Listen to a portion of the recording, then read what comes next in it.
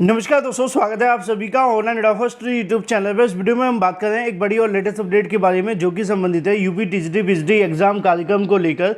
UP TGT PGT exam के साथ साथ अगर बात की जाए एक और बड़ी और लेटेस्ट अपडेट के बारे में, जो कि संबंधित है पुरानी योग्यता के साथ अगर बात की जाए नोटिफिकेशन रद्द के बारे में, नोटिफिकेशन रद्द करने के साथ ही अगर बात की जाए नई योग्यता और नोटिफिकेशन जारी के बारे में, छात्रों के लिए बड़ी खुशखबरी को लेकर, साथ ही साथ अगर बात की जाए अब इसी नियम से होगी टीजीटी पीजीटी भर्ती के बारे में डिटेल में बात करेंगे। डिटेल में बात करने के साथ ही आप सभी को पॉइंट टू पॉइंट जानकारी दी जाएगी। चैनल को सब्सक्राइब करके बेल आइकन को दबा लें और वीडियो को लाइक कर दें, जिससे कि आपको रियल ऑथेंटिक जानकारी ऑनलाइन अडॉफर स्टडी यूट्यूब चैनल के माध्यम से मिलती रहे। सीधे शुरुआत करते हैं मुद्दे की और बड़ी अपडेट के साथ, यानी कि पहली अपडेट के साथ, जो कि संबंधित है टीजीटी पीजीटी को लेकर पुरानी योग्यता के बारे में, साथ ही साथ नोटिफिकेशन रद्द के बारे में। आप जानते हैं कि भर्तियों को लेकर उत्तर प्रदेश में जो समस्या है वो ये है कि जैसे तैसे यहाँ पे भर्तियाँ आती हैं, सालों साल इंतज़ार करना पड़ता है, और अगर भर्तियां आ जाएं तो उसके बाद भी विवाद ख़त्म नहीं होते हैं, फिर विवाद शुरू होते हैं भर्तियों के अंदर। साथ ही साथ योग्यता में बदलाव की बात की जाए तो उसके लेकर अगर हम बात करें तो वो समय समय पर आप सभी को देखने के लिए मिलते रहते हैं, लेकिन नौकरी कब मिलेगी, नौकरी कैसे मिलेगी, इसके बारे में कोई बताने के लिए तैयार नहीं होता है। अब एक ऐसा ही मामला आप सभी के सामने देखने के लिए मिलता है, जहां पर यूपी टीजीटी पीजीटी को लेकर भी जो पुरानी योग्यता के साथ साथ अगर बात की जाए नोटिफिकेशन को ही रद्द कर दिया गया है। असल में मैं आप सभी को दिखा दूं यहाँ पे जो पुराना नोटिफिकेशन के साथ जो नया नोटिफिकेशन जारी हुआ है, पहले मैं उसको दिखाता हूँ और डिटेल में आपको समझाता हूँ और फिर हम बात करते हैं मुद्दे की। देखो, आप सभी जानते हैं कि टीजीटी पीजीटी भर्ती को लेकर उत्तर प्रदेश शिक्षा सेवा चयन आयोग के माध्यम से प्रोसेस करना है। जो भी प्रोसेस होना है टीजीटी पीजीटी को लेकर, वो सारा का सारा जिम्मा अब शिक्षा सेवा चयन आयोग के सामने आ गया है।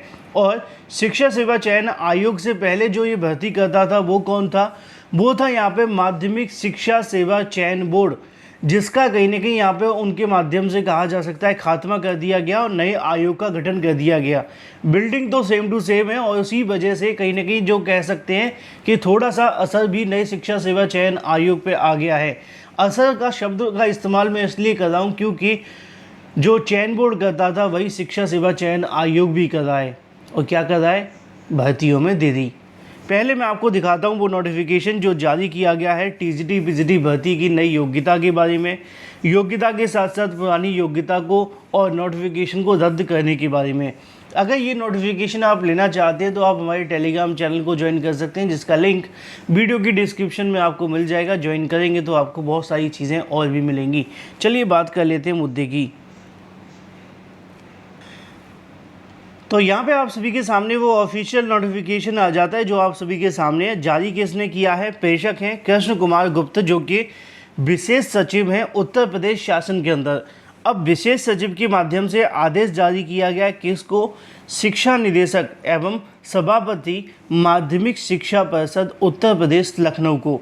अब उनके माध्यम से भेजे गए आदेश में मामला क्या है? मामला है टीजीटी को लेकर। माध्यमिक अनुभाग 7 के माध्यम से जारी किया गया है। तारीख की बात की जाए तो 9 सितंबर 2025, जैसा कि आपके सामने लिखा है। एशिया कप जिस तारीख से शुरू हुआ है उसी की बात की जा रही है। शासन आदेश संख्या 316 और 15/7/2025 2019 दिनांक 22/4/2025 द्वारा उत्तर प्रदेश के शासकीय मान्यता सहायता प्राप्त उच्चतर माध्यमिक विद्यालयों में अध्यापक की नियुक्ति हेतु निर्धारित शैक्षिक अहर्ता निरस्त करते हुए संशोधित शैक्षिक अहर्ता निर्धारित कर दी गई है। अब मुद्दे की और महत्वपूर्ण बात आपके लिए शुरू होती है, वो होती है यहाँ से, क्योंकि हम इसको पढ़ेंगे कोई फ़ायदा नहीं होगा, काम की बातों पे आएंगे। मुद्दा ये है, आप जानते हैं कि आप सभी के लिए जो आपकी योग्यता निर्धारित की जाती थी टीजीटी और पीजीटी भर्ती में, ठीक है ना?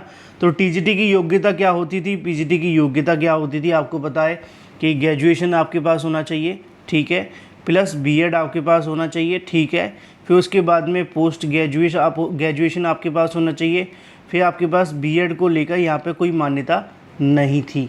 अब सुनते हैं आगे। यहाँ पे आपको बात देखने के लिए मिलेगी हाई स्कूल यानी कि सहायक अध्यापक की शैक्षिक योग्यता को लेकर। अब ये आपके सामने पुरानी योग्यता थी जो लिखी हुई है, ये आपकी नई योग्यता है। मैं इस वाली लाइन को पढ़ूंगा, इस वाली लाइन को पढ़ूंगा, इसको हम नहीं पढ़ेंगे। क्यों? ये पहले हुआ करती थी, यानी कि 9 सितंबर 2025 से पहले ये वाली योग्यता थी, अब ये योग्यता बदल गई है। ध्यान से सुनते हैं। सबसे पहले नंबर पे आता है हिंदी को लेकर। अगर आप हिंदी में सहायक अध्यापक बनना चाहते हैं, पुरुष या महिला में से, तो उसकी जो योग्यता है वर्तमान में क्या है वो आप देखें। लिखा हुआ है कि भारत में विधि द्वारा स्थापित किसी मान्यता प्राप्त विश्वविद्यालय, डीम्ड विश्वविद्यालय या संस्थान से अगर आपने एक विषय के रूप में हिंदी के साथ संस्कृत में स्नातक की उपाधि ली हुई है, तो एक विषय में संस्कृत अगर आपके इंटरमीडिएट में है, अथवा उत्तर प्रदेश संस्कृत शिक्षा परिषद की उत्तर माध्यमिक परीक्षा उत्तीर्ण अगर आप हैं, तो आप आवेदन कर सकते हैं। बीएड तो आपसे मांगा ही जाएगा। देखो, मुद्दे की बात यह है, आपने एक विषय के रूप में हिंदी होना चाहिए ग्रेजुएशन में, 12th में आपके पास में संस्कृत होना चाहिए और बीएड होना चाहिए, तो आप आवेदन कर लेंगे। इतनी सी बात है, ज़्यादा कन्फ्यूज होने की आवश्यकता नहीं है, बस आपको ये समझना है। अब ये तो हो जाती हिंदी के बारे में। आगे आपको जो देखने के लिए मिलेगा वो उर्दू को लेकर होगा। उर्दू में बहुत खास नहीं है, उर्दू में सिर्फ आपके पास ग्रेजुएशन में उर्दू होना चाहिए और बीएड होना चाहिए, बात ख़त्म। बात इंग्लिश की जा रही है, तो आपको सुनना है। भारत में विधि द्वारा स्थापित किसी मान्यता प्राप्त विश्वविद्यालय से अगर बात की जाए, अगर आप आवेदन करना चाहते हैं, तो आपके लिए जो योग्यता अब नई वाली है वो ये है कि किसी विश्वविद्यालय से अगर आप अंग्रेजी साहित्य के साथ स्नातक की उपाधि ली है और प्लस एनसीटी के मान्यता प्राप्त विद्यालय से आपने बीएड किया है, तो आप आवेदन कर सकते हैं। That's it. आगे लिखा हुआ है संस्कृत सहायक को लेकर भी अगर बात की जाए, संस्कृत सहायक अध्यापक के बारे में, तो इसमें आपके लिए जो योग्यता होगी वो ये है कि आपने ग्रेजुएशन में आपके पास संस्कृत होना चाहिए और प्लस बीएड होना चाहिए, बात ख़त्म। अरबी में भी आपको यही देखने के लिए मिलेगा। ग्रेजुएशन में आपकी अरबी या पाली या कोई भी भाषा, पंजाबी या फ़ारसी या बांग्ला या मराठी या सिंधी या इसके अलावा कोई और गुजराती, असमी, नेपाली, कन्नड़, उड़िया, कश्मीरी, ये सभी भाषाएं हैं जो अगर आपकी ग्रेजुएशन में है और बीएड आपके पास है, तो आप आवेदन कर लेंगे। That's it. आगे लिखा हुआ है गणित के बारे में। गणित को लेकर भी बात सीधी सी है कि अगर आपने ग्रेजुएशन में गणित लिया हुआ है और बीएड आपके पास है, तो आप एलिजिबल हैं। आगे गृह विज्ञान को लेकर भी कुछ ऐसा ही मामला है। गृह विज्ञान में भी आपसे यही मांगा जाएगा, ग्रेजुएशन में आपके होम साइंस है तो आप आवेदन करेंगे। बात आती है सामाजिक विज्ञान को लेकर, क्योंकि यहाँ पर कॉम्बिनेशन आ जाता है। कॉम्बिनेशन क्या कहता है वो आपको सुनना है। कॉम्बिनेशन कहता है कि अगर आपके पास में ग्रेजुएशन में इतिहास, भूगोल, राजनीति विज्ञान, अर्थशास्त्र में से कम किन्हीं 2 विषयों के साथ स्नातक की उपाधि है और बीएड अगर आपने कर रखा है, तो आप इसके लिए एलिजिबल हैं। आगे वो ये भी कहते हैं कि अगर आप संगीत में हैं तो आपके पास में ग्रेजुएशन में संगीत होना चाहिए, तो आप आवेदन कर लेंगे।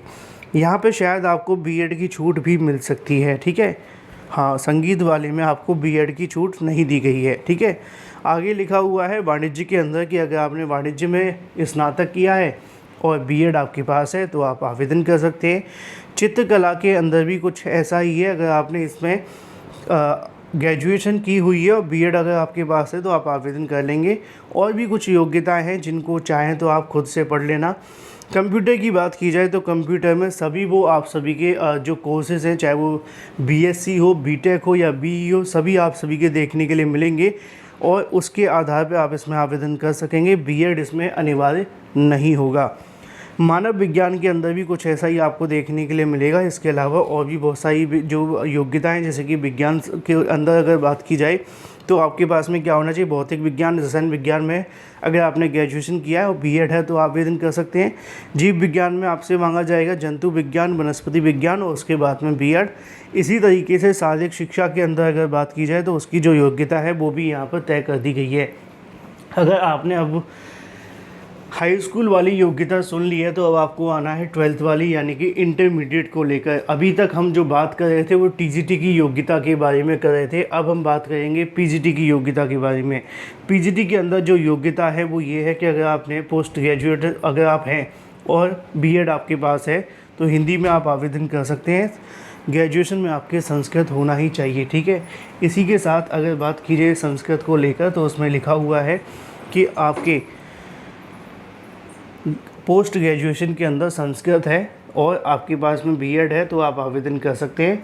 बाकी ज़्यादा कुछ खास नहीं है, इसको ज़्यादा हम ना पढ़ें तो बेहतर होगा। इतना सा आपको समझना है जो मैं आपको समझाने वाला हूँ। देखो, बदलाव ज़्यादा नहीं हुआ है। जैसा कि LT ग्रेड की योग्यता थी, वही योग्यता आपकी TGT में आ गई है, ठीक है, PGT में आ गई है, बस बात ख़त्म। दूसरी चीज़, ग्रेजुएशन में आपके पास में संबंधित सब्जेक्ट में जो योग्यता होती है, जैसे कि हिंदी है तो हिंदी होना चाहिए और बीएड होना चाहिए।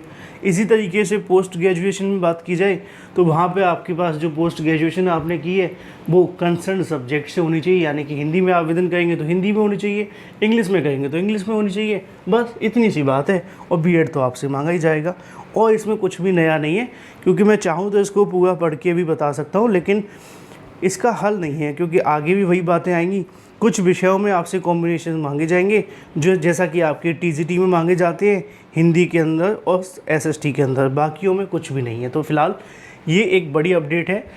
TGT PGT को लेकर जो पुरानी योग्यता थी उसको लेकर नोटिफिकेशन रद्द कर दिया गया है और नई योग्यता के साथ नया नोटिफिकेशन जारी कर दिया गया है, और इसी के आधार पर अब आप सभी की आगे की प्रक्रिया होगी। चैनल को सब्सक्राइब करके बेल आइकन को दबा लें, वीडियो को लाइक कर दें। Thank you for watching this video.